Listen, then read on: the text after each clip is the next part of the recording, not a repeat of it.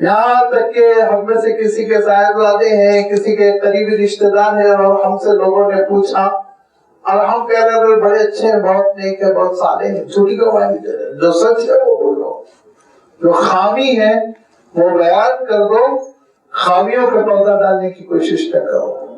یہ گواہی کا مفہوم اتنا عمومی ہے کہ یاد رکھیے، ایک جو ٹیچر معلم نمبر دیتا ہے وہ بھی گواہی دے رہا ہے، وہ گواہی دے رہا ہے یہ 50% کے قابل ہے، یہ 25% کے قابل ہے، یہ 90% کے قابل ہے، گواہی دے رہا ہے وہ۔ اب اس کا یہ گریڈنگ کرنا، گواہی دینا، اگرچہ اس کے خلاف جا رہا ہو کہ اس کے اسٹوڈنٹ کی نہیں بنتی تب بھی سچ بولو، اگرچہ اس کے بچے میں اور یہ اسٹوڈنٹ میں مقابلہ ہے اور اس کے بچے کا نقصان ہو رہا ہے تب بھی سچ بولو، ایمانداری کے ساتھ رہو۔ یہ گواہی کا تصور کہ ایک مسلم جو ہے پوری زندگی میں سچائی سے کام لیتا ہے۔ ایک تاجر ہے اور ایک تاجر ایک سامان بیچ رہا ہے، اور سامان بیچتے ہوئے سامنے والے کو سامان کا وہ تعارف کرایا جو غلط ہے، جھوٹ ہے، آگے چل کے گاہک کو نقصان ہونے والا ہے، لیکن اس کو چھپا رہا ہے، کہہ رہا ہے یہ تمہارے کام کا ہے، یہ بالکل پکا مال ہے، سچا مال ہے، جھوٹی گواہی دے رہا ہے۔ تو زندگی میں ہم 20 مرتبہ گواہی دیتے رہتے ہیں، اسی میں کورٹ میں کٹہرے میں کھڑے ہو کر گواہی دینا بھی آ جاتا ہے، بدرجہ اولا آتا ہے، اس کا میں انکار نہیں کر رہا ہوں، لیکن یہ ہمارے ذہنوں میں رہنا چاہیے کہ یہ سچی گواہی دینا اور گواہی میں ملاوٹ نہ کرنا، انصاف پہ کھڑے رہنا، ہر ایک کو اس کا جو حق ہے وہ حق دینا، یہاں تک کہ ملازمین کا جو حق ہے جتنی تنخواہ بنتی اتنی تنخواہ دینا، جس سے جو کام لیا ہے اس کا اجر جو اس کو ملنا ہے وہ پورا دینا، یہ ساری چیزیں آ جاتی ہیں اس آیت میں۔ اور اگر ہماری سوسائٹی میں اس پر عمل ہو جائے تو پھر اس کے بعد آپ دیکھیں گے خود بخود لوگ جھگڑے لے کر مسلمانوں کے پاس آئیں گے کہ آپ فیصلہ کر دیجئے، آپ فیصلہ کر دیجئے۔ اللہ کے رسول صلی اللہ علیہ وسلم کے پاس یہودی آتے، اہل کفر آتے فیصلے کروانے کے لیے، اور یہ کہتے ہیں ہمارا عالم تو بے ایمانی کا فیصلہ کرے گا، چلو فیصلہ کرنے کے لیے چلنا ہے تو محمد کے پاس چلو صلی اللہ علیہ وسلم۔ یہ ایک شان امتیازی حاصل ہوتی ہے امت کو جو اللہ تعالیٰ کے اس حکم پر عمل ہو۔ اسی لیے اللہ کے رسول صلی اللہ علیہ وسلم نے اس گواہی کے معاملے کو اتنی اہمیت دی کہ اللہ کے رسول صلی اللہ علیہ وسلم آرام کرتے ہوئے نیم دراز تشریف فرما تھے، کیک وغیرہ لے کر، جیسے انسان سستانے کی کیفیت میں بیٹھتا ہے تو اس عالم میں جیسے ریلیکس بیٹھے ہوئے آرام سے آپ صلی اللہ علیہ وسلم تشریف فرما تھے، صحابہ جمع تھے، آپ صلی اللہ علیہ وسلم نے فرمایا اللہ انبئکم باکبر الکبائر، تم لوگوں کو میں بڑے بڑے گناہ بتا دوں؟ تو صحابہ نے کہا کہ اللہ کے رسول ضرور بتا دیں۔ آپ صلی اللہ علیہ وسلم نے پہلی چیز فرمائی الاشراک باللہ، پہلا سب سے بڑا گناہ، تباہی کا دروازہ کھولنے والا، شرک۔ پھر دوسری بات آپ صلی اللہ علیہ وسلم نے فرمائی کہ عقوق الوالدین، والدین کے ساتھ ظلم کرنا، حق ادا نہ کرنا، والدین کی نافرمانی کرنا، ان سے کٹ کر رہنا، دوسرا بڑا گناہ۔ قرآن پاک میں بھی اللہ تعالیٰ نے جہاں جہاں شرک سے منع کیا وہاں والدین کے ساتھ نافرمانی سے منع فرمایا، دونوں کو جوڑ کر رکھا اللہ تعالیٰ نے۔ تیسرا جب گناہ کا مسئلہ آیا تو اللہ کے رسول صلی اللہ علیہ وسلم نے جو ٹیک لگائے ہوئے آرام سے تھے وہ چھوڑ دیا، اسے الگ ہو کے بیٹھ گئے، اور اس کے بعد اللہ کے رسول صلی اللہ علیہ وسلم نے فرمایا الا و شہادت الزور، الا و شہادت الزور، الا و شہادت الزور۔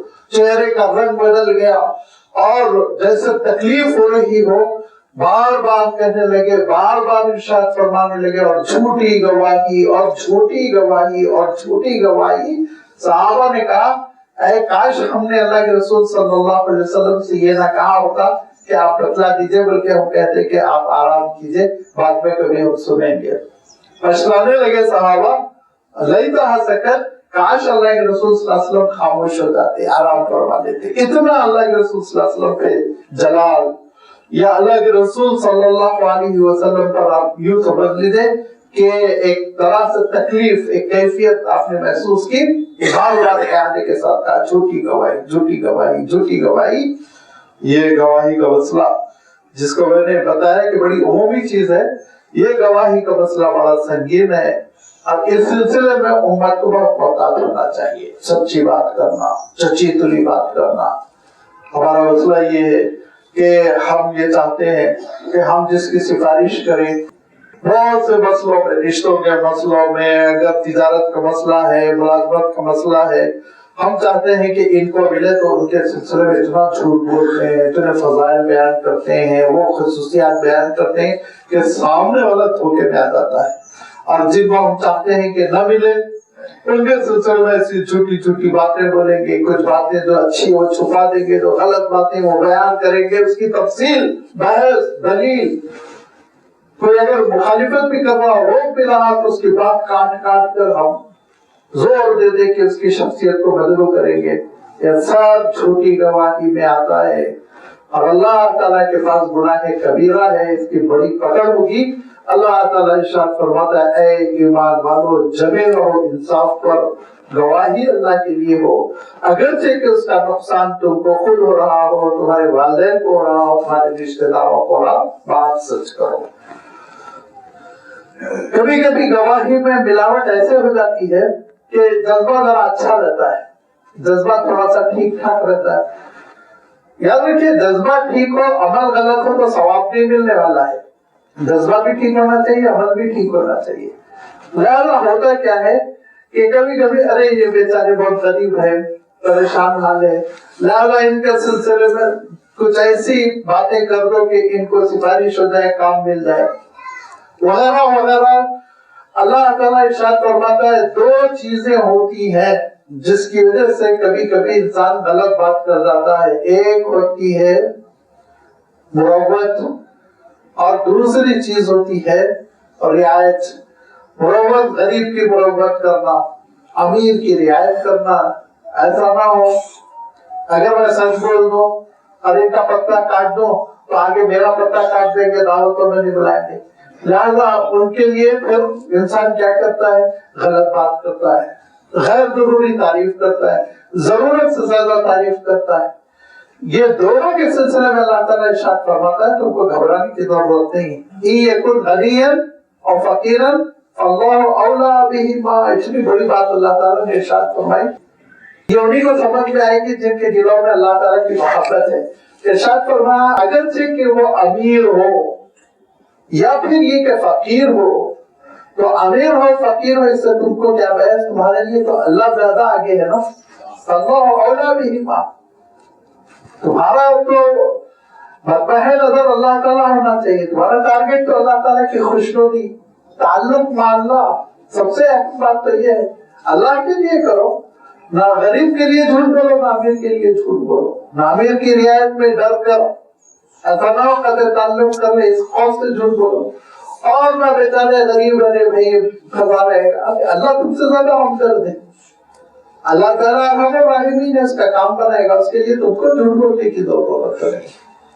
یکن غنیا، اگرچہ کہ وہ امیر ہو، اور فقیر، اگرچہ کہ وہ فقیر ہو، تم کو تو بات سچ کرنی چاہیے، تم کو تو گواہی سچی دینی چاہیے، تم کو تو انصاف کرنا چاہیے، تم کو تو اس کا جو حق مل رہا ہے وہ دینا چاہیے۔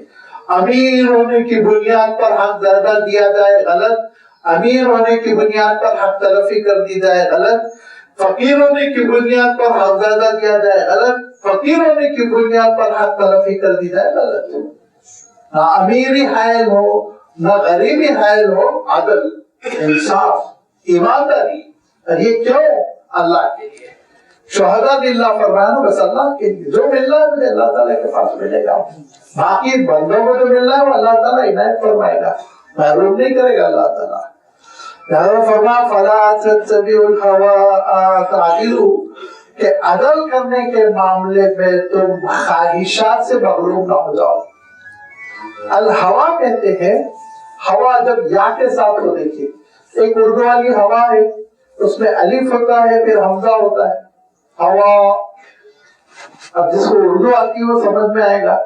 اور ایک ہے ہوا یا کے ساتھ, یا پر چھوٹا الف رہتا ہے, کھڑا ہوا الف رہتا ہے. یہ جو ہوا ہے یہ اس کو سمجھنا ہو تو آپ خدا کو سمجھے.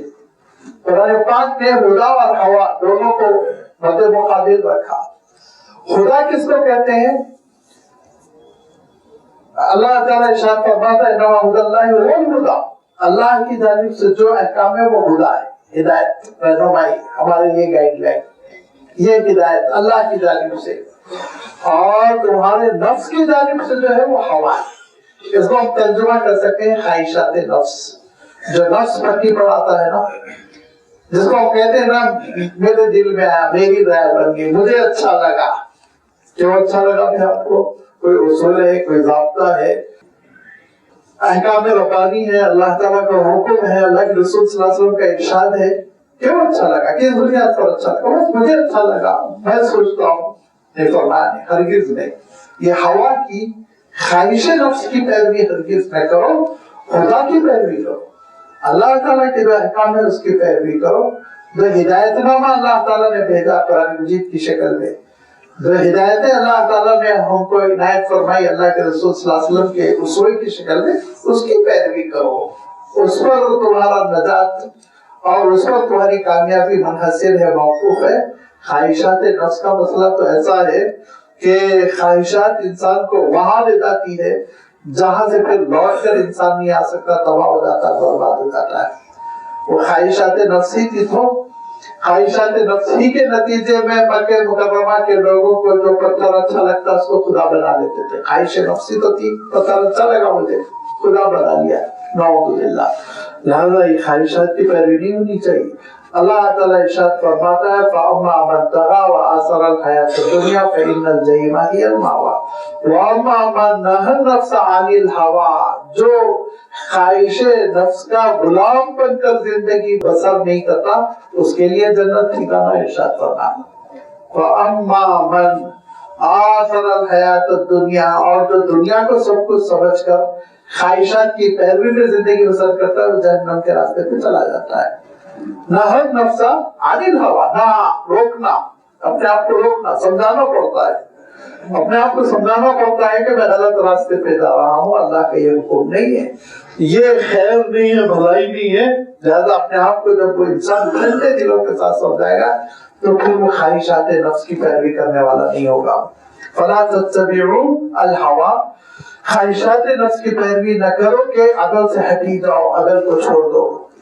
وَإِن تَلْوُوا أَوْ تُعْرِضُوا, اب اگر دو طرح کی کوئی بے ایمانی کرتا ہے. نمبر ایک وَإِن تَلْوُوا, کہ تھوڑا سا مکاری کے ساتھ, زبان کے ہیر پھیر کے ساتھ الفاظ کو بدل کر استعمال کرتا ہے. آپ الفاظ میں آپ دیکھیں گے اردو میں مثال دیتا ہوں کہ تھوڑا سا آپ ووکیبلری کو چینج کریں, الفاظ کو چینج کر دیں, بدل دیں تو معنی کدھر کی کدھر ہو جاتے ہیں. اگر آپ کہیں کہ یہ صاحب کی بات غیر معقول ہے, اس کے معنی میرے کو سمجھ میں نہیں آئے, میں نہیں سمجھ سکا, سمجھ سے قاصر ہے. لیکن اگر آپ اس کو غیر کو نہ سے بدلتے اور یہ نامعقول ہے تو اس کے معنی یہ الو ہے, بیوقوف ہے. تھوڑی سی تبدیلی زبان کی. لیکن بھی السنتہم ارشاد فرمایا دوسرے مقام پر, لوگ زبان کو توڑ مروڑ کر اپنا مفہوم بگاڑ لیتے ہیں, مفہوم بگاڑ کر اپنی بات کو پیش کرتے ہیں. اس سے بھی منع کیا وَأَن تَلْوُوا, کہ دیکھو زبان کو توڑ مروڑ کر استعمال نہ کرو, کلیئر بات کرو, کھلی بات کرو. کبھی کبھی کیا ہوتا ہے لفظ دبا دیتے ہیں لوگ, برا لفظ تو بول دیا کسی کے سلسلے میں, ارے وہ بڑے بے ایمان ہے, اور یہ بولنا ہے وقت کے پابند ہے تو اس کو ذرا دبا دیا, آہستہ سے کہہ دیا. یہ سب زبان کی خطائیں ہیں جس کو اللہ تعالیٰ ارشاد فرماتا ہے وَإِن تَلْوُوا. نمبر 2 اور تُعْرِضُوا, یا تم انجان بننے کی کوشش کر رہے ہو, اوائڈ کر رہے ہو. یہ بہت ہوتا ہے ہماری سوسائٹی میں, معلومات ہے لیکن انجان ہو جاتے ہیں, مسکراتے ہیں, ہٹ جاتے ہیں, خاموش ہو جاتے ہیں. گڑھے میں گرو تم ڈھونڈو, فرمائے نہیں. اگر یہ دونوں حرکتیں کر رہے ہو فَإِنَّ اللَّهَ كَانَ بِمَا تَعْمَلُونَ خَبِيرًا, جو کچھ کر رہے ہو اللہ تعالیٰ باخبر ہے. جب باخبر ہے تو لازمی بات ہے تمہاری خبر لے گا, نیا رکھو. اور جو گلا تم دوسروں کے لیے کھود رہے ہو اس میں خود بھی کل کے دن گر سکتے ہو. اس حقیقت کو سمجھنے کی کوشش کرو. اور یہ ایک ایسی ہماری سوسائٹی کی صفت ہونی چاہیے جس میں ہماری سب کی تربیت ہو. اور یہ سب کی تربیت کب ہوگی؟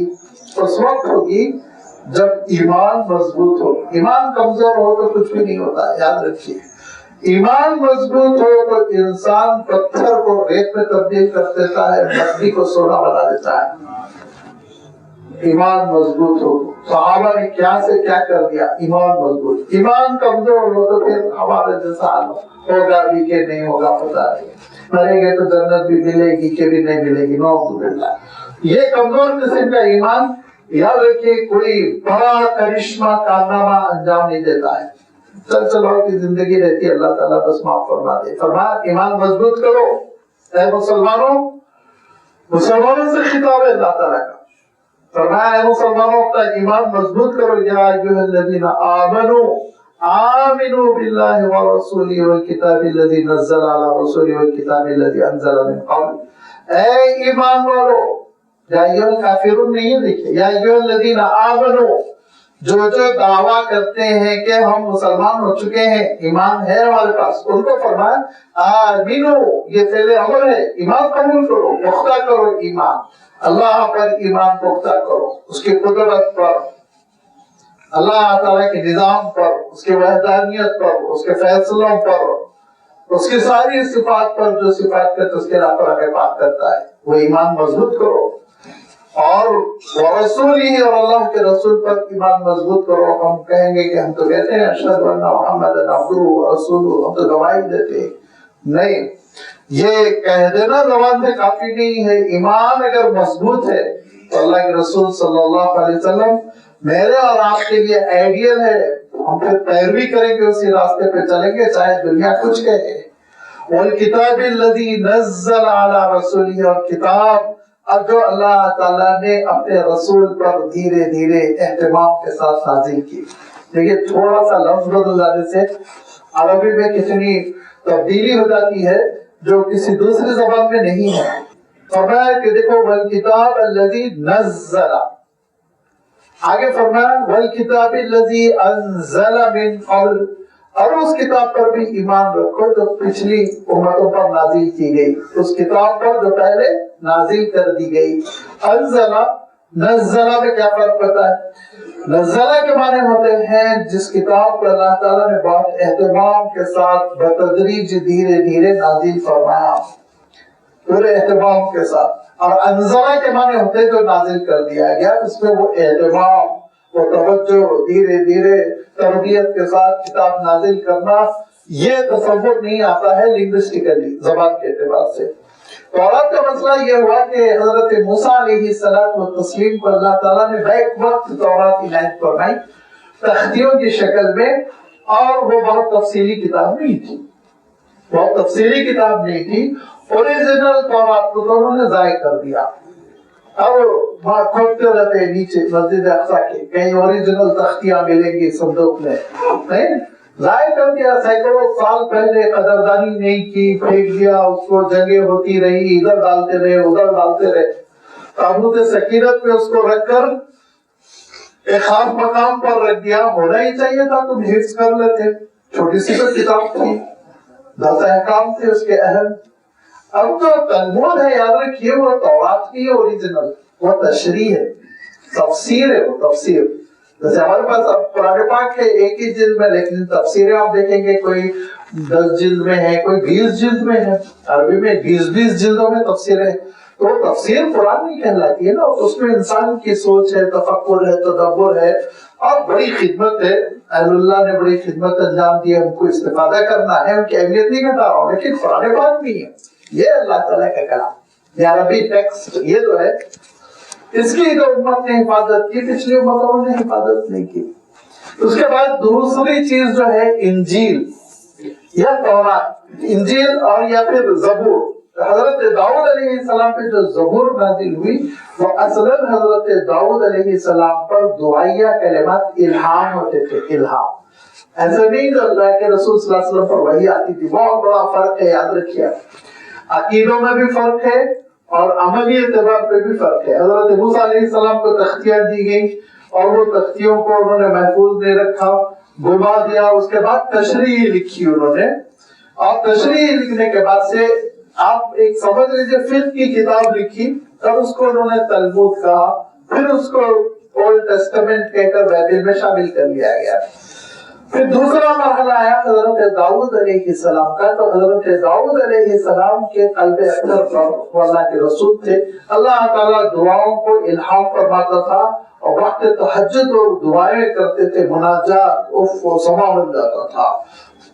عالم یہ ہوتا تھا کہ پرندوں کے جھنڈ آ کے آپ کے سر پہ کھڑے ہو جاتے تھے, اسمانوں میں کھڑے ہو جاتے تھے کہ آپ پرندوں کو دیکھے ہوں گے اڑتے اڑتے وہ رک جاتے ہیں, اس کیفیت میں آ کے رک جایا کرتے تھے. اور آپ کی آواز وہ وادیوں میں گونجتی تھی, ایسا لگتا تھا کہ پہاڑ بھی مناجاتیں کر رہا ہے, دعائیں کر رہا ہے.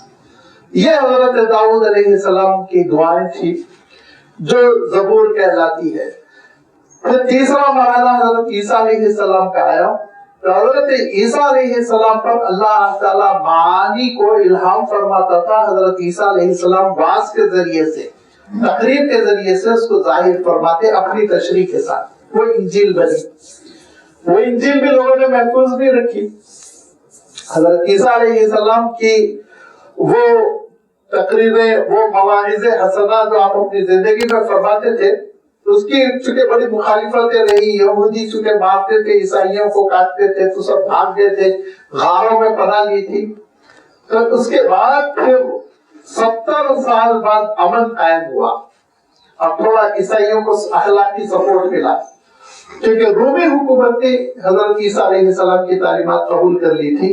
تب غاروں میں سے لوگ نکلے, اور پھر مکہ کی انجیل, لوقا کی انجیل, یوحنا کی انجیل, سب نے حضرت عیسیٰ علیہ السلام کی مواعظ کو قلم بند کر کے, وہ الگ 18 انجیلیں ہیں جس میں سے 4 کو ایتھنٹک مانتے ہیں, باقی کو ایتھنٹک نہیں مانتے. برناماس کی انجیل سب سے قریبی صحابی ہے حضرت عیسیٰ علیہ السلام کی, ان کی مانتے ہی نہیں ہو. لہذا یہ اس طرح سے انجیلیں وجود میں آئی. قرآن مجید کو اللہ تعالیٰ نے بہت اہتمام کے ساتھ نازل کیا. والکتاب الذی نزل علی رسولہ, دھیرے دھیرے 5 آیتیں نازل ہوئی. اقرأ باسم ربک الذی خلق. اللہ کے رسول صلی اللہ علیہ وسلم کے سینے اطہر میں محفوظ. اللہ کے رسول صلی اللہ علیہ وسلم نے حضرت علی کو بلایا, لکھوا دیا, اور اس کے بعد سے جو اسلام قبول کر رہے ہیں ان کو یاد ہوتی جا رہی ہیں. جیسے جیسے پھر صورتیں نازل ہو رہی, آیتیں نازل ہو رہی, اللہ کے رسول صلی اللہ علیہ وسلم دار ارقم میں بٹھا کر صحابہ کو یاد دلا رہے. نوجوان صحابہ ضعیف حضرت عبداللہ ابن مسعود, ادھر پھر آگے مدینہ منورہ میں حضرت معاذ بن جبل, ابی ابن کعب. یہ وہ لوگ ہیں جو حفظ کے لیے بالکل خالص تھے, جو قرآن پاک یاد کر رہے تھے. اور دوسری جانب اللہ کے رسول صلی اللہ علیہ وسلم لکھوا بھی رہے تھے. اس زمانے کے اعتبار سے پرچیوں پر, اس زمانے کے اعتبار سے جو چھال ہوتی تھی, جلد ہوتی تھی, اس پہ لکھائی گئی, اور لکھ کر بھی محفوظ. اور جس کو بعض لوگ ذرا یہ تعبیر استعمال کرتے ہیں لیکن غلط کرتے ہیں, اور آئندہ سے نہ کریں کہ رکھ کر بھی محفوظ. یاد رکھیے, رکھنا بھی صحابہ کی سنت ہے. رکھایا تھا باضابطہ اللہ کے رسول صلی اللہ علیہ وسلم نے, لہذا اس کی اہمیت گھٹانے کی کوشش نہ کیجیے. حفظ ہے, ہونے دیجیے حفظ کو. اب آپ کو سمجھ کے پڑھنا ہے, ماشاءاللہ آگے بڑھیا. مصیبت کیا ہے, ہمارے پاس سارا کام ہم یہ چاہتے ہیں کہ علماء اور حفاظ کرے, حفظ بھی وہ کرے, ہاسپٹل بھی وہ کھولے, غیر سودی بینک بھی وہی چلائے, اور جہاد میں جا کے وہی شہید ہو, باقی سب غریبوں کے لیے پیدا کیے گئے ہیں. کہاں سے کانسیپٹ آیا ہے؟ ایک ایسا صحابہ تو ایسے نہیں تھے, صحابہ تو ایسے نہیں تھے. مجھے بھی یاد کرنا چاہیے قرآن مجید, میری بھی ڈیوٹی ہے. اتنا کچھ یاد کرتے رہیے, مجھے بھی سمجھنا چاہیے, فہم قرآن کے لیے کوشش کرنی چاہیے, مجھے بھی الفاظ حل کرنے چاہیے, مجھے بھی رشتہ جوڑنا چاہیے اللہ تعالیٰ کے کلام سے. میں بحیثیت مسلمان مکلف ذمہ دار ہوں اس کا. لہذا صحابہ وہ حفظ بھی کرتے گئے, فہم قرآن بھی حاصل کرتے چلے گئے, اور باضابطہ اتنے صحابہ تھے جو کامل حافظ تھے, پورے سورۃ الفاتحہ سے لے کے والناس تک. اتنے صحابہ تھے کہ عالم یہ تھا کہ ایک جنگ میں 70 حفاظ صحابہ شہید ہوئے تھے. 70 حفاظ صحابہ, آپ اندازہ کیجیے کتنے صحابہ حفظ کیے ہوئے تھے. لیکن جو حافظ نہیں تھے اس کے معنی یہ نہیں کہ ان کو وہی علم ترا کیف فعل ربک باصحاب الفیل سے بننا کیا دے، نہیں، بڑی بڑی صورتیں ان کو بھی یاد تھی، وہ حفظ پر پوری اس طرح سے ترتیب کے ساتھ جیسے تراویح میں سنائی جا سکتی ہے ویسا حفظ نہیں تھا، لیکن بڑی بڑی صورتیں ان کو بھی یاد تھی۔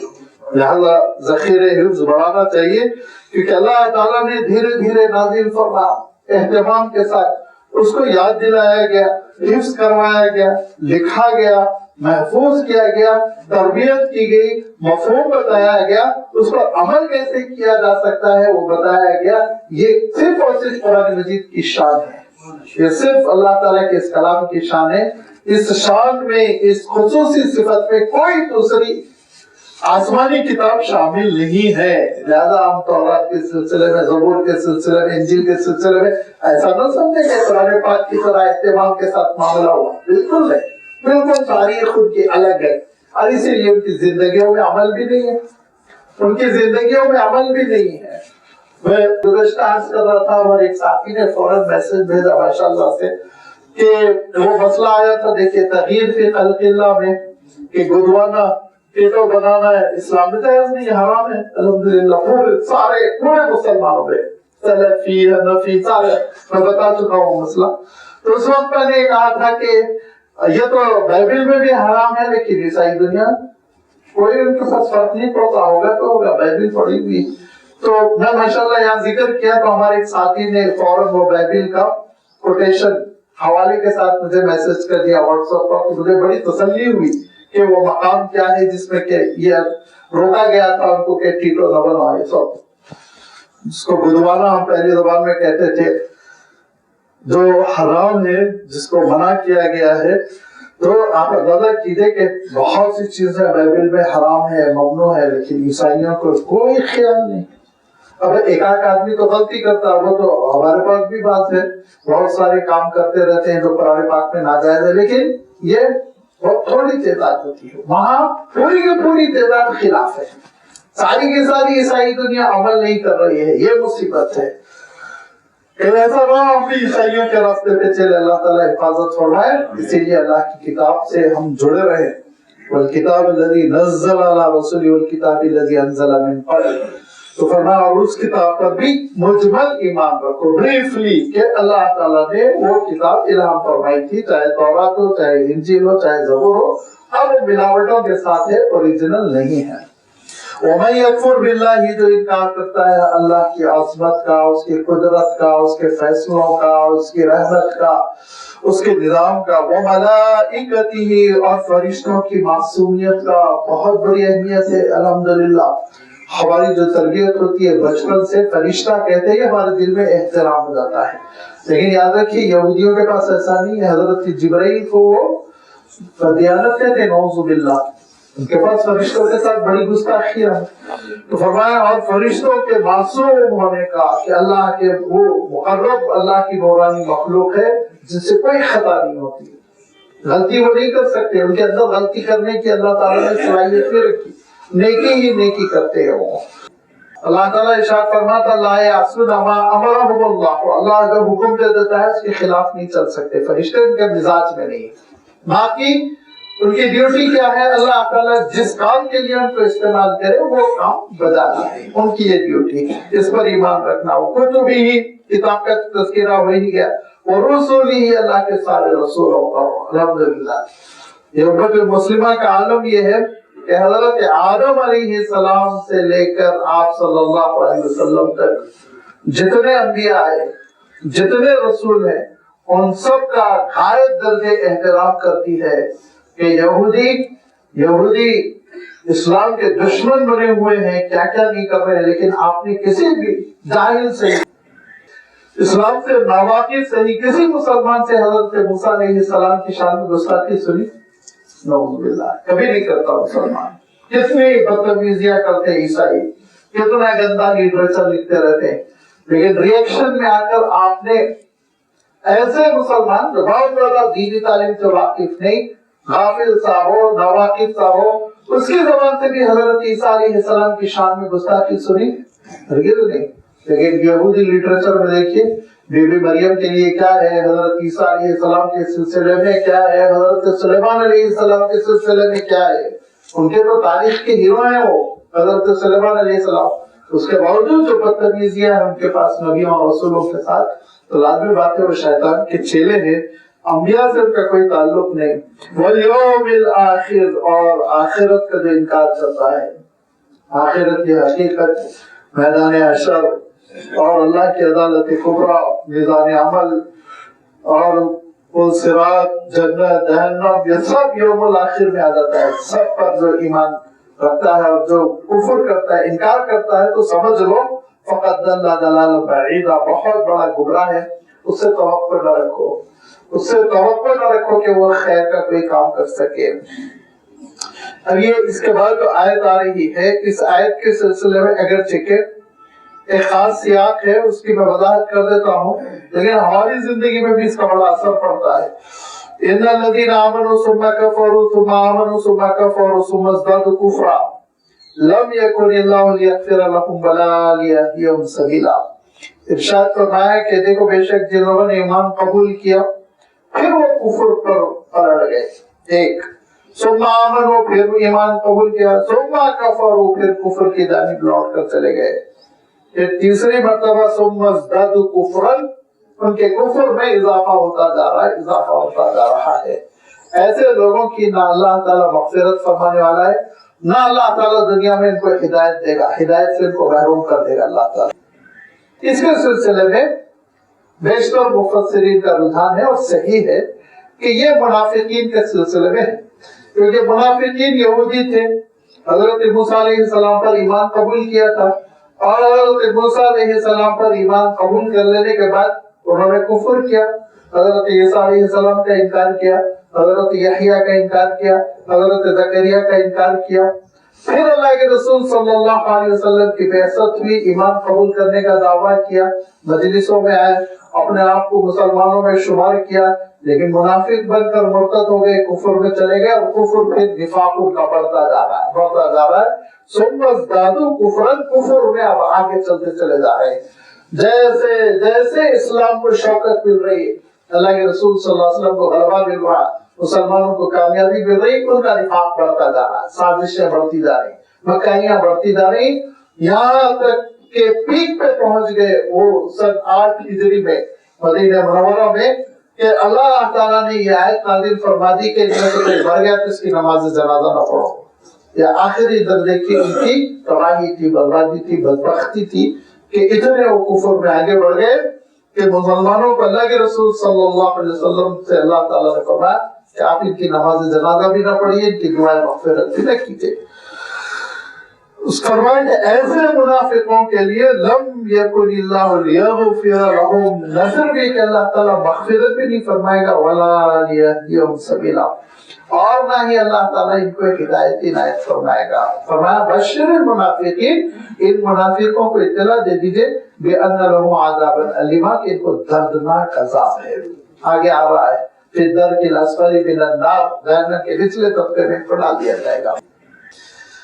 لیکن ایک بات یہاں پر ہم سب کو سمجھنا چاہیے، یہ بڑی اہم بات ہے کہ انسان کا معاملہ جو ہے، وہ منافقین تھے وہ تو برباد ہو گئے، ان کا قصہ تو ختم ہو گیا. ہمارے لیے جو رہنمائی ملتی ہے کہ ہم ایمان قبول کرتے ہیں اور الحمدللہ اہل ایمان ہیں، لیکن اس ایمان کے بعد ہم جو شکوک و شبہات کی طرف چلے جاتے ہیں، سبت دادو کفران، یاد رکھیے، پھر اس کے بعد کفر بڑھتا جاتا ہے، مرض بڑھتا جاتا ہے، اور اتنا مرض بڑھ جاتا ہے کہ انسان تباہ ہو جاتا ہے، برباد ہو جاتا ہے، اس کو ہدایت نہیں ملتی. اب دیکھ لیجیے جو اسلام کے خلاف چلا، میں ہمیشہ کہتا ہوں، پھر میں عرض کرتا ہوں کہ عمل میں کوتاہی ہو جائے اللہ تعالیٰ ضرور معاف فرمائے گا، لیکن عمل میں کوتاہی کی وجہ سے اسلام کے اوپر اگر تنقید شروع کر دی، حدیثوں کا مذاق اڑانا شروع کر دیا، تو آگے بڑھ کر یہ آیتوں کا مذاق اڑائیں گے، اور آگے بڑھ کے اللہ کے رسول صلی اللہ علیہ وسلم کی شان میں گستاخی کریں گے. لہذا ان کانوں نے سنا ہے، ان کانوں نے اس حقیقت کو سنا ہے کہ کعبے کا طواف کرنا مندر کے ارد گرد گھومنے کے برابر ہے، مسلمان نام ہے.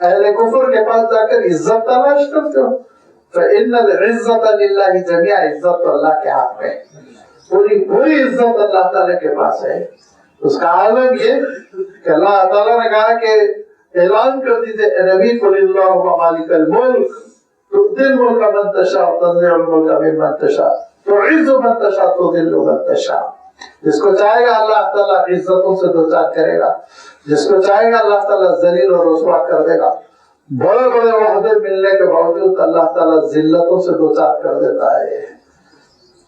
کتنے بڑے بڑے عہدیدار، وزیر اعظم اور پریسیڈنٹ عدالتوں کے چکر کاٹ رہے ہیں، دیکھیے دھکے کھا رہے ہیں عدالتوں میں۔ دوسری پارٹی آتی ہے امریکہ میں، آپ خود دیکھ رہے ہیں کیا ہو رہا ہے پچھلے صدر کے ساتھ۔ لہٰذا فرمایا دیکھو عزتوں کا دینا اور لینا اللہ تعالیٰ کے ہاتھ میں، اللہ تعالیٰ کے بندے ہو کر رہو، اللہ تعالیٰ عزت عنایت فرمائے گا، تمہارا روب دلوں میں پیدا ہو جائے گا، تم خود اللہ تعالیٰ کی جانب سے تمہارے لیے عزتوں اور محبتوں کا اعلان ہوگا تو ساری مخلوق عزت کرنے کو مجبور ہو جائے گی۔ نقصان انسان اپنے آپ کو پہنچاتا ہے۔ وَقَدْ نَزَّلَ عَلَيْكُمْ فِي الْكِتَابِ، دیکھو اللہ کی کتاب میں تمہارے لیے حکم اچھی طرح نازل کر دیا گیا۔ پھر ذہن میں رکھیے نزل فرمایا، انزل نہیں، اسی لیے میں نے ترجمہ کیا۔ ہو سکتا ہے اگر آپ سمپل ٹرانسلیشن دیکھ رہے ہو تو الفاظ میرے میل نہ کھاتے ہو، لیکن یہ عربی دانی کا تقاضا ہوتا ہے کہ صحیح ترجمہ کیا جائے۔ وقت نزل علیکم فی الکتاب، اہتمام کے ساتھ تمہارے لیے کتاب میں یہ حکم نازل کر دیا گیا ہے کیا؟ ان اذا سمعتم آیات اللہ یکفر بها ویستہزأ بها، کہ جب کبھی تم دیکھو کہ اللہ کی آیتوں کا انکار ہو رہا ہے یا نعوذ باللہ ان کے ساتھ دلگی کی جا رہی ہے، ان پہ طنز کیا جا رہا ہے، مذاق اڑایا جا رہا ہے، فلا تقعدوا معهم، ان کے ساتھ نہ بیٹھنا۔ ایسے کاندھے سے کاندھا ملا کے تم چینل میں بیٹھے ہوئے ہو، چند ٹکوں کے عوض نکل جاؤ، چھوڑ دو، کہہ دو ہم بات نہیں کرتے، دینی امور پہ ہم بات نہیں کرتے، دینی حقیقتوں پر ہم بات نہیں کرتے، قرآن پاک کی آیتوں پر ہم بات نہیں کرتے۔ فلا تقعدوا معهم، تم ہرگز ان کے ساتھ نہ بیٹھنا، حتی یخوضوا فی حدیث غیرہ، یہاں تک کہ ٹاپک چینج نہ ہو جائے۔ حتی یخوضوا فی حدیث غیرہ، یہاں تک کہ وہ دوسری گفتگو میں منتقل نہ ہو جائے، دوسری گفتگو میں وہ منہمک نہ ہو جائے، اس وقت تک تم ان کے ساتھ نہ بیٹھو۔ اور ٹاپک بدل گیا، دوسری بات ہو رہی، ٹھیک ہے بیٹھ سکتے، کوئی مسئلہ نہیں۔ لیکن مفسرین نے لکھا کہ اگر اہل کفر کی مجلسوں میں بیٹھنے کی وجہ سے تمہارے دل پر سیاہی چھا رہی ہے تو مکروہ ہے، بد میں تو نکل جاؤ، اہل اللہ کی مجلسوں میں بیٹھو۔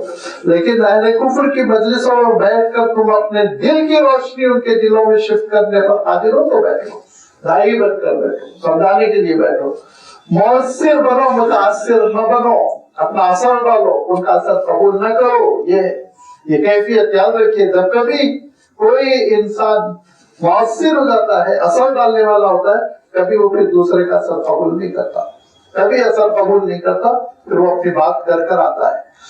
انکم اذا مثلہم، اگر تم ان کی ان گفتگو میں جس میں اللہ کی کتاب کا، آپ صلی اللہ علیہ وسلم کے ارشادات کا مذاق اڑایا جا رہا ہے، ایسی مجلس میں بیٹھو گے تو تم بھی انہی کی طرح ہو جاؤ گے۔ آپ صلی اللہ علیہ وسلم نے بہت کھلی مثال دی، آپ صلی اللہ علیہ وسلم نے اتنی واضح مثال دی، ارشاد فرمایا کہ لوہار کی دکان پہ بیٹھو گے تو وہ جو چنگاریاں اس کے بھٹی سے اڑے گی، وہ چنگاریوں سے تمہارے کپڑے پہ بدبو بھی آئے گی، جلے گا بھی، نقصان بھی ہوگا، خالص بھی لگے گی۔ اور یہ عطر والی کی دکان پہ بیٹھو گے اور وہ بیچارہ بخیل ہے، تم کو عطر کا ایک کھایا نہیں دے رہا ہے، تب بھی خوشبو تو سنتے رہو گے، خوشبو پہ تو پابندی نہیں لگا سکتا نا، خوشبو تو آتی رہے گی تب تک۔ ارشاد فرمایا کہ دیکھ لو تم کس کی مجلس میں بیٹھ رہے ہو۔ آپ صلی اللہ علیہ وسلم ارشاد فرماتے ہیں غور کر لو کس کی مجلس میں بیٹھ رہے ہو۔ کفر کی مجلس پہ بیٹھو گے، کفریات، بدعقیدگی خود بخود تم پر اثر کرتی چلی جائیں گی، اگرچہ کہ تم نہیں ہو ویسے، لیکن اتنی دیر بددینی کا، دین سے دوری کا وبال تو ہوگا۔ اور اہل اللہ کی صحبت میں، نیک لوگوں کی صحبت میں اپنے دوست احباب ایسے رکھیں جو اللہ تعالیٰ کے دین کا احترام کرتے ہیں، ان کے صحبت پہ بیٹھو گے تو لازمی باتیں، اچھی باتیں سننے کو ملیں گی اور عمل کرنے کا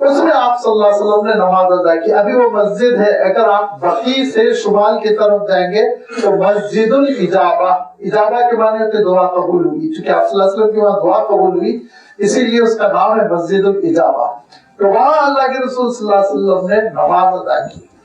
نماز کے بعد صحابہ کہتے ہیں کہ بہت طویل دعا کی, بڑی گریہ و زاری کے ساتھ بڑی طویل دعا کی. تو بے چینی ہوئی کہ کوئی خاص بات ہو گئی.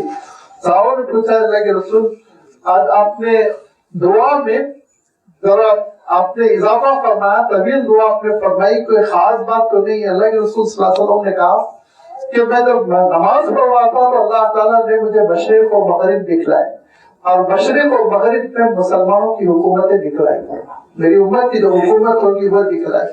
تو بڑا خوش ہوا اور اللہ تعالیٰ سے میں نے دعا کی کہ اللہ میری امت کے ساتھ خیر کا معاملہ فرما. 3 باتوں کا میں نے تذکرہ کیا. آپ صلی اللہ علیہ وسلم فرماتے ہیں, اللہ کے رسول صلی اللہ علیہ وسلم فرماتے ہیں سألت ربی ثلاث, بخاری شریف میں مسلم شریف میں روایت بہت پختہ ہے. تو میں نے اپنے رب سے 3 باتوں کا سوال کیا, 3 چیزوں کی دعا کی.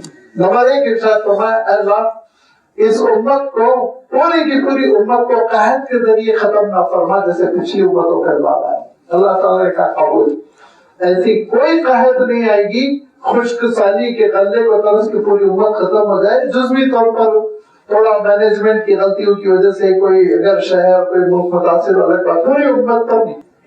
اور کہ میں نے دوسری دعا کی ہے, حضرت نوح علیہ السلام کی امت پر عذاب آیا تھا طوفان کا, پوری امت ختم کر دی گئی تھی. تو اے اللہ میری پوری امت پر کوئی طوفان مسلط نہ فرما کہ پوری امت ختم ہو جائے. اللہ تعالیٰ نے کہا قبول.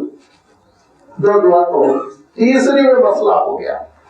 میں نے اللہ تعالیٰ کے دربار میں کہا اللہ میری امت پر دشمن کو مسلط نہ فرما. تو اللہ تعالیٰ نے ارشاد فرمایا میں تمہاری امت پر دشمن کو مسلط نہیں کروں گا, لیکن آپس میں لڑ لڑ کر ایک دوسرے کے خون کو مباح قرار دیں گے تو پھر ان کے اوپر دشمن مسلط ہوگا. اور فرمایا کہ یہ وہ میرا فیصلہ ہے, عدل قضاء لا یرد, جو جس کو ریجیکٹ نہیں کیا جا سکے گا یہ نافذ ہو کر رہے گا. فرمایا اللہ کے رسول صلی اللہ علیہ وسلم نے کہ لڑو گے آپس میں, خون بہاؤ گے, خون بہانے کی وجہ سے تم پہ دشمن مسلط ہوگا. ورنہ تو اللہ تعالیٰ کا فیصلہ ہے وَلَن يَجْعَلَ اللَّهُ لِلْكَافِرِينَ عَلَى الْمُؤْمِنِينَ سَبِيلًا, کہ اللہ تعالیٰ کافروں کو مومنوں پر غلبہ نہیں دے گا. دعوت دے کہ آپس میں خود جھگڑا کر کر کے دعوت دیں اور ان کو بلا بلا کر اپنا حکمران بنائیں. آج کی تاریخ میں اس حدیث کی بالکل صحیح تفسیر ہے جو امت مسلمہ اور مسلم ممالک پیش کر رہے ہیں, ہے کہ نہیں؟ آپ دیکھ لیجیے کہ خود آپس میں لڑتے ہیں, دشمنوں کو دعوت دیتے آؤ مداخلت کرو. یہاں تک کہ جو سینسیٹیو مسئلہ چل رہا ہے غزہ کا, آپ کو معلوم ہونا چاہیے کہ فلسطینیوں میں بھی ایک ایمان لوگوں کا ایک گروپ ہے باضابطہ, اور جو تیار کھڑا ہوا ہے کہ جنگ ختم ہو اور ہم کو حکومت دی جائے. یہ وہ منافقین ہیں جو پچھلے زمانے سے تھوڑا یاسر عرفات کا بھی مزاج وہی تھا, اشتراک پسند, ان کو اسلام سے زیادہ تعلق نہیں تھا. انہی کی قوم ہے, بعض نام ہے میں نہیں لینا چاہتا ہوں, لیکن یہ تیار بیٹھے ہوئے ہیں کہ یہ غزہ کو تباہ کر دیا جائے پھر ہمارے ہاتھ میں فلسطین دے دیا جائے تاکہ ہم بیٹھ کے چندہ کھائیں. یہ ہمیشہ سے اس امت کا ایک وتیرہ بن گیا, طریقہ کار بن گیا. آپس میں لڑتے, دشمن کو بلاتے ہیں, دشمن کو موقع دیتے ہیں, دشمن آتا ہے گھس پڑتا ہے, تباہ و برباد کرتا ہے, مملکتوں کو ختم کرتا ہے, کتنے دنوں سالوں حکومت کرتا ہے پھر واپس جاتا ہے. ورنہ تو اللہ تعالیٰ یہ چاہتا ہے کہ وَلَيَّجْعَلَ اللَّهُ لِلْكَافِرِينَ عَلَى الْمُؤْمِنِينَ سَبِيلًا, کہ مومنوں پر کافروں کو کوئی راستہ نہ دیا جائے, کوئی غلبہ نہ دیا جائے, کوئی ان کو گھسنے کا اور کوئی ان کو مداخلت کرنے کا طریقہ نہ دیا جائے. یہ صحابہ کے دور میں ہوا ہے, کوئی دشمن گھس نہیں سکتا تھا, غلبہ تھا ان کا. بہت دنوں تک یہ سلسلہ چلا جب تک کہ آپس میں ایک دوسرے کے ساتھ محبت رہی, اتحاد رہا. جب سے 300-400 سالوں سے جو پھوٹ آ گئی تو بس ہم بکھرتے جا رہے ہیں, ٹوٹتے جا رہے ہیں. اللہ تعالیٰ اس حقیقت سے ہم کو محفوظ رکھے, اس مصیبت سے ہم کو محفوظ رکھے. آگے ارشاد فرمائے کہ منافقوں کی اور بھی بہت ساری صفات ہے اور بہت ہی خطرناک صفات ہے. وہ صفات ایسی ہے ان کی, وہ چیزیں ایسی ہیں کہ اس آئینے میں ہم کو اپنا سراپا دیکھنا ہوگا اور ان سے بچنا ہوگا. اس کا آگے اللہ تعالیٰ نے آیتوں میں تذکرہ فرمایا، انشاءاللہ آئندہ اتوار اس کی وضاحت آپ کی خدمت میں رکھی جائے گی۔ وآخر دعوانا ان الحمدللہ رب العالمین۔